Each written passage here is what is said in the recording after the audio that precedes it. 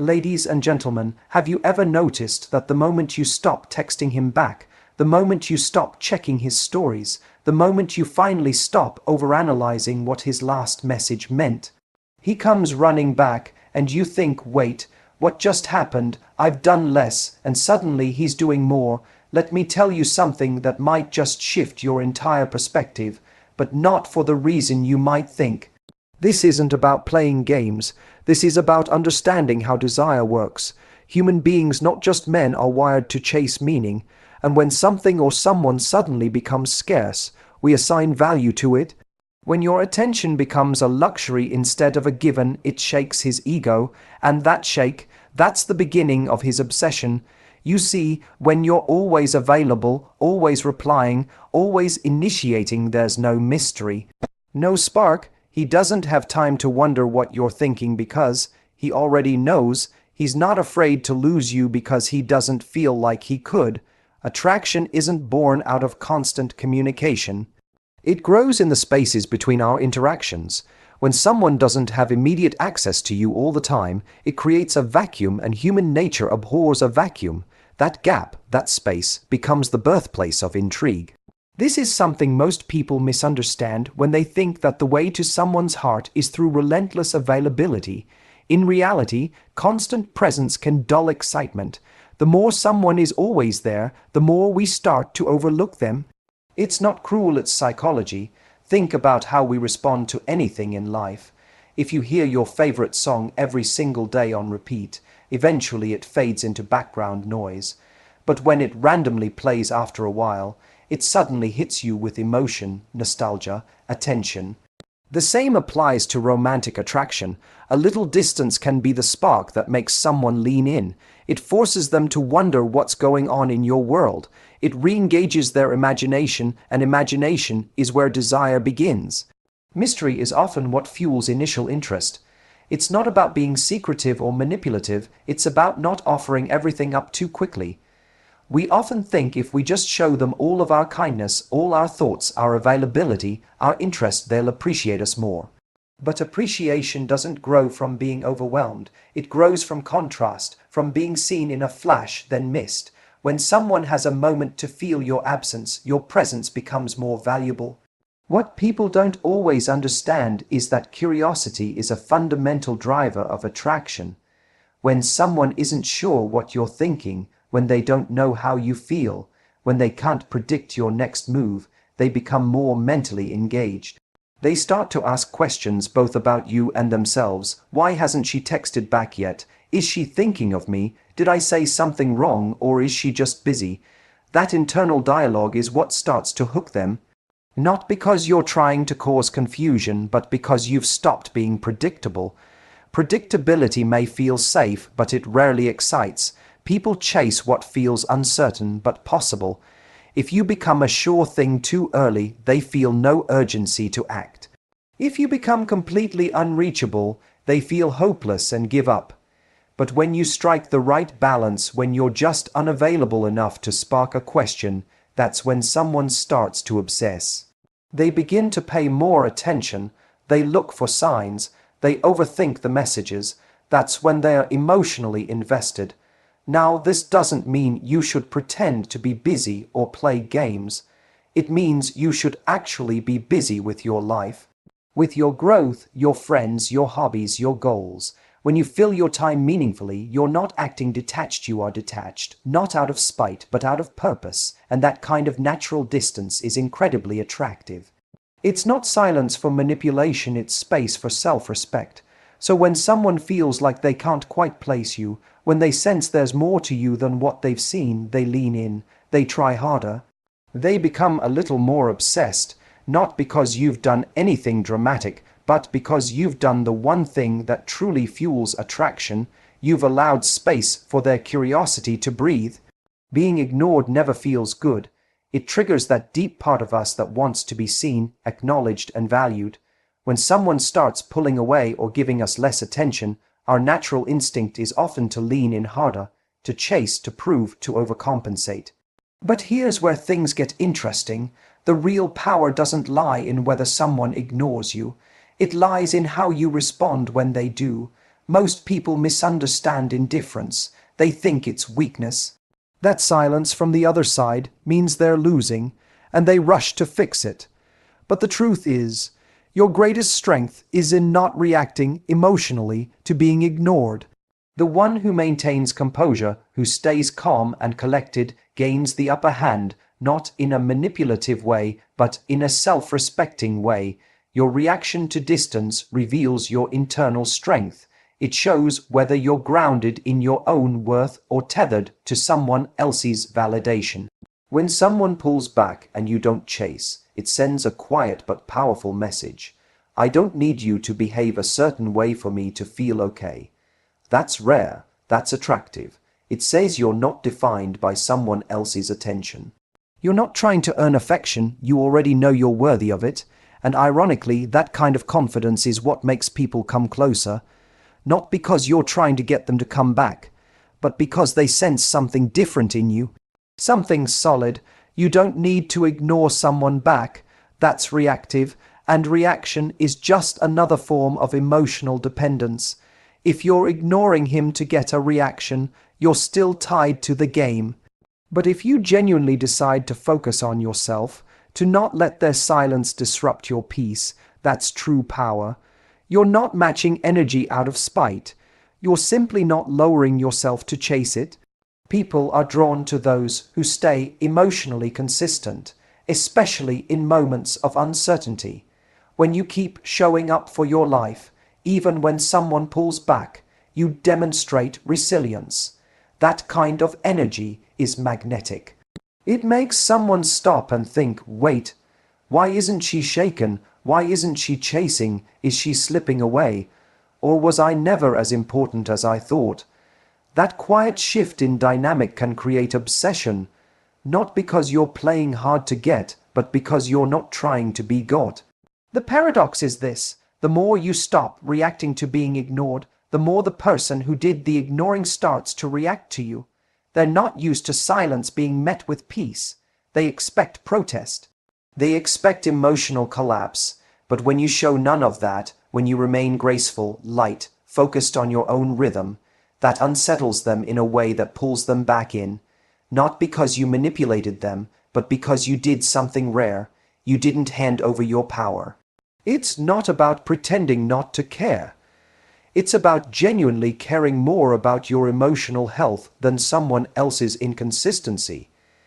It's about not letting someone's silence disrupt your sense of value. Because the moment you stop chasing is the moment you become the one with gravity, and the one who has gravity, the one who stays still, or always pulls things toward them. We always seem to want what we can't quite have. It's part of human psychology. When something is out of reach or just beyond our grasp, we begin to assign more value to it. This isn't limited to romantic relationships. It shows up everywhere. Whether it's a sold-out concert, an exclusive club, or even a designer bag that's hard to find, scarcity increases desirability. The less available something is, the more special it feels. And when it comes to people, it works the same way. In relationships, when someone is always accessible, constantly available, and emotionally on standby, their presence starts to feel predictable. And predictability, while comforting, isn't always exciting. But the moment a person becomes just a little harder to access, when they pull back, become more focused on themselves, or stop being so readily available, everything shifts. The other person starts paying more attention. They start wondering, they start wanting. This doesn't mean that playing hard to get is always the answer. It's not about being cold or distant. It's about understanding that your value is often perceived through contrast. If someone always knows they can reach you, they stop noticing what it means to have you. But when there's a change, when you start prioritizing your time, your boundaries, your goals, they begin to feel your absence. And that absence creates a desire to bring you back closer. It's easy to think that if we give more, they'll want us more, but giving too much too soon often removes the sense of pursuit, and pursuit is a key part of building attraction. People value what they work for. If they didn't have to earn your time, your energy, your affection, they might enjoy it, but they won't necessarily treasure it. There's a difference between liking someone and valuing them. Value comes from effort, and effort often arises when something feels slightly uncertain or scarce. When a man feels like he can't quite figure you out or like your attention isn't guaranteed, it triggers something in him. It taps into a deep desire to prove, to win, to secure. And it's not about stroking his ego. It's about letting attraction build naturally through a healthy balance of availability and independence. You're not being elusive to play games. You're simply not handing yourself over before he's earned that level of intimacy. People may not always realize it consciously, but we're all tuned into this idea of value. If something feels too easy, we subconsciously assume it's less rare. When a woman shows that she's selective with her energy, that not everyone gets access to her time, she becomes more magnetic. Not because she's trying to be, but because she knows her worth. Scarcity isn't about manipulation. It's about alignment. When you stop trying to be liked and start living in your truth, you naturally become less available to people who aren't aligned. That's not rejection. It's refinement. And that refinement draws in the people who are willing to step up, lean in, and earn your presence. The more they sense that you're not a given, the more effort they're willing to put in. So while it might seem like backing off will push someone away, in many cases it does the opposite.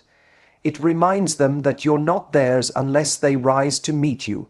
And in that gap between what they had and what they now misdesire is born. When you consistently offer someone validation, whether through compliments, attention, emotional support, or simply always being there, they come to expect it.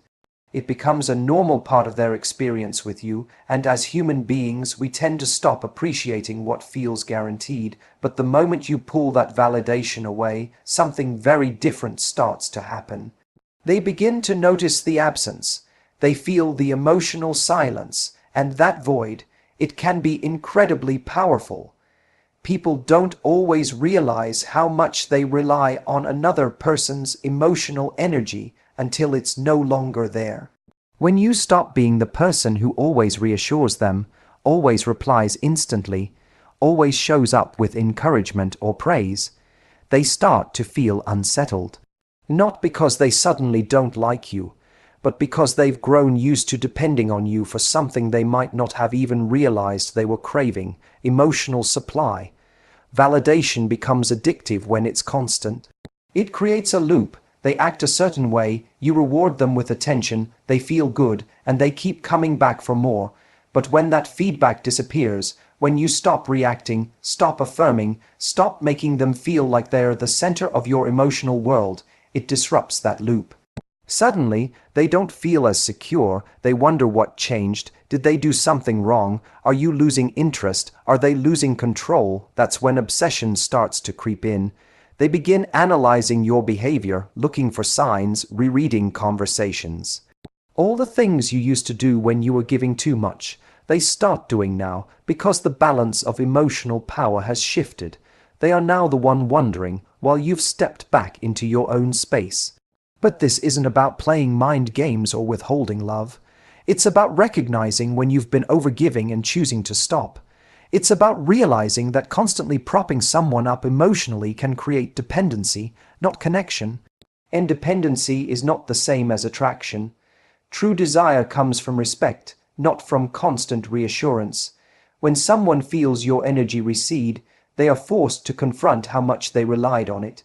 That's where obsession can be born, not because they're truly connecting with you, but because they're trying to restore the feeling they had when your validation was flowing. It's a kind of emotional withdrawal.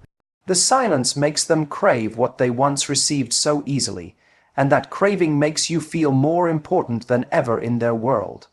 But here's the critical piece. They need to come back not just because they miss the way you made them feel, but because they now recognize your value. That only happens when you stay detached, when you don't immediately go back to feeding their ego just because they start chasing. Otherwise, they're only chasing the feeling, not you, You're not their therapist, their cheerleader, or their emotional crutch. You are a whole person with your own needs, energy, and boundaries. And when you step back from over-validating, you create space for someone to step up and meet you instead of just absorbing from you. If they truly care, they'll rise to the occasion. If they don't, they'll simply miss what you gave them. And that's not the kind of connection you're looking for. The moment you stop being the constant supplier of emotional comfort, the more they start to realize what they had. And sometimes, losing that source of steady validation is exactly what it takes for someone to become obsessed, not with the attention, but with earning it back from someone who finally recognized their own worth. Men are wired to chase what feels just slightly out of reach, not impossible, not completely unavailable, but just far enough away to spark pursuit. It's a fine balance, and when you strike it right, you tap into a very specific part of their psychology. That tension between accessibility and mystery keeps the emotional engine running. If you're too close, too easy to win, they lose interest. But if you're too far removed or completely detached, they stop trying. The key is creating a space where he feels he could have you, but only if he actually shows up with real effort. There's something deeply motivating about potential. When a man sees that there's a chance to win your affection, but only if he plays his cards right, he becomes invested. It triggers a part of his mind that's wired for challenge, but this challenge must be authentic. It's not about pretending you're busy or unavailable. It's about genuinely living a life that he needs to earn a place in. When you're too available too quickly, it feels like there's no chase, no journey, no climb.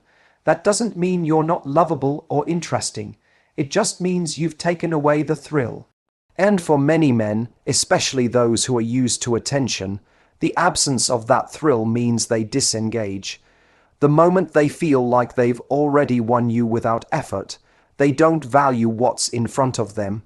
It's not fair, but it's real. On the other hand, when you remain warm, kind, and present, but still rooted in your own world, your own pace, your own standards, you create a space where he starts to wonder, does she like me back? What do I have to do to get closer to her? That uncertainty, that slight distance, is what keeps him showing up. It creates anticipation. He starts putting in effort not because he's afraid of losing, but because he genuinely wants to win. The phrase "make him chase you" is often misunderstood. It's not about playing games or acting cold. It's about being high value, a high val. You woman doesn't rush to secure attention or force connection. She knows that the right man will naturally move toward her if she holds her ground. She doesn't shut down emotionally, but she also doesn't throw herself at someone who hasn't earned that level of intimacy yet. When a man senses that you're just slightly out of reach, it's not rejection, it's invitation. You're inviting him to step into a higher version of himself, to meet you at your level. You're not punishing him with distance, you're inspiring him to rise. And if he's truly interested, he will. If he's not, he'll fall away. And that's the gift of space, it reveals intention. You don't have to manipulate or control the dynamic. You just have to know your worth, hold your standards, and keep living your life. The man who's right for you won't be turned off by your independence. He'll be drawn to it. He'll respect the fact that you don't hand over your attention for nothing. And that little gap between what he wants and what he has, that's the space where desire grows. So many women give everything too quickly in fear of losing the connection. But when you give too much too soon, there's no room left for pursuit. Men don't fall in love through comfort. They fall in love through effort. They bond with what they work for, what they have to invest in emotionally. If you make it too easy, they won't feel the same pull. But if you stay just slightly out of reach, while still showing warmth and authenticity, he will keep coming back, again and again, not because he has to, but because he wants to. Emotional detachment is one of the most misunderstood forms of strength. People often confuse it with coldness or indifference, but that's not what true detachment is. It's not about shutting down or pretending not to care. It's about staying grounded in your own self-worth, regardless of how someone else is behaving. When a man starts to sense that your emotions are no longer being dictated by his actions, It shifts the entire dynamic. Suddenly, he's not in control anymore, and that shift can be jarring enough to pull his focus right back to you. Many people don't realize how much power they give away in relationships. They let someone's texts, tone, mood, or absence determine how they feel about themselves that day. But when you begin to detach emotionally from that roller coaster, when you stop needing constant reassurance, stop overanalyzing, stop bending to someone else's emotional rhythm, you become untouchable in the best way possible. Not because you're distant, but because you're stable. You're not reacting, you're responding, and when you do respond, it's from a place of calm strength, not emotional desperation. This kind of emotional independence is rare, and that's exactly why it's magnetic. When a man senses that he can no longer get a predictable reaction from you, that your peace is not so easily disturbed, it sparks something in him. It's confusing at first. He might test you, pull back, say less, or do less, trying to provoke the version of you that used to react. But when he sees that you don't flinch, that you keep showing up for yourself with the same energy, he begins to take notice. He starts to question why the dynamics have shifted, why he no longer feels in control. That questioning is the beginning of obsession. It's not about playing hard to get, it's about naturally becoming harder to shake. When you stop clinging to his behavior for emotional stability, he has to ask himself why he doesn't feel the same grip on you. That internal shift turns your once predictable reactions into a mystery. He starts watching more closely, wondering more often, feeling more unsettled. And when a man feels unsettled in a relationship dynamic he once controlled, he doesn't just walk away. He gets curious, he starts leaning in, he wants that power back, not in a toxic sense, but because he realizes it was tied to something meaningful, your attention, but now your attention isn't given automatically. It's not a reaction to breadcrumbs, it's something he has to earn. That's the core of emotional detachment. It's about not allowing inconsistency to steal your energy. You become someone who doesn't chase clarity from chaos. You either receive consistency or you return to your center. That's power, that's control, not over him, but over yourself. When you stand in that kind of energy, you become the most attractive version of yourself. Not because you're trying to be, but because peace is magnetic. Presence is magnetic. And when someone feels that they can't easily shake your confidence, it creates a deeper kind of attraction, one rooted not in chaos, but in admiration. He starts obsessing not just over having you back, but over how to truly earn your presence again, not because you asked for it, but because you didn't need it to begin with. There's a profound difference between acting confident and being confident.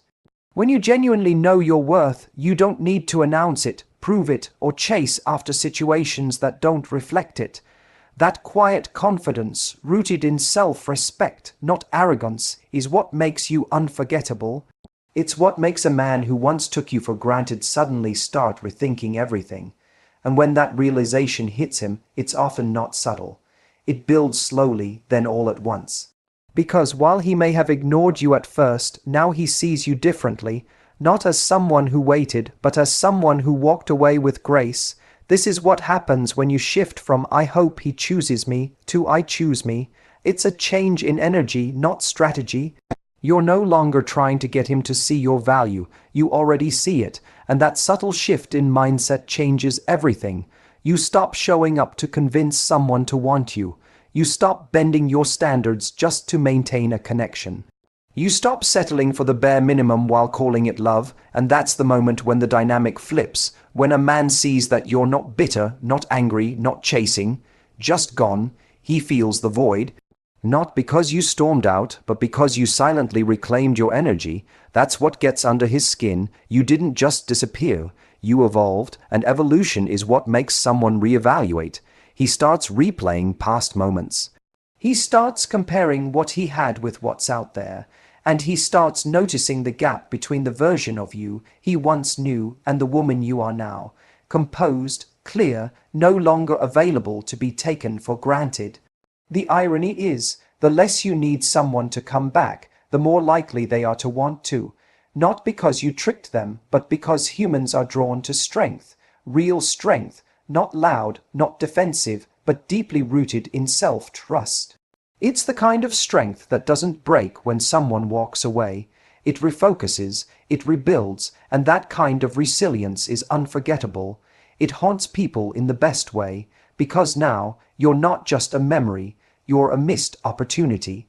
This is why being at peace with yourself is the ultimate attraction. You're no longer triggered by silence, ghosting, or mixed signals. You're no longer waiting for someone else's approval to feel whole. You've built your own foundation and it shows. You're glowing differently, you're laughing more freely, you're unavailable in the best sense of the word. Not closed off, just not emotionally accessible to the same chaos you once tolerated. That's when obsession is born, not from desperation, but from realization. He realizes you were never just another option, you were a rare presence, and now that he doesn't have access to it, he starts to crave it. Not because you're withholding love, but because you stopped giving it where it wasn't cherished. You became your own source. And when someone sees that you no longer need them, that your life is full, your heart is full, and your standards have risen, they either rise to meet you or they stay stuck replaying what they lost. In the end, it's not about proving your worth to him, it's about never forgetting it yourself. The more you embody that truth, the more powerful your silence becomes. You're not just gone, you've grown. And that growth becomes the one thing he can't ignore, forget, or replace. Understand this. You don't need to chase love, prove your worth, or convince anyone to see your value. The moment you stop over-investing in someone who isn't matching your energy, you reclaim your power. The more he ignores you, the more your absence speaks volumes, not because you played games, but because you chose growth over guessing, self-worth over settling. Let him feel the silence, let him sit in the space where your energy used to be. Because when you show up as the kind of woman who knows her value and doesn't hand it over lightly, that's when obsession begins. Not from your need, but from his realization. Stay elevated, stay grounded, and let him come to terms with what he lost when you finally stopped waiting. Thank you.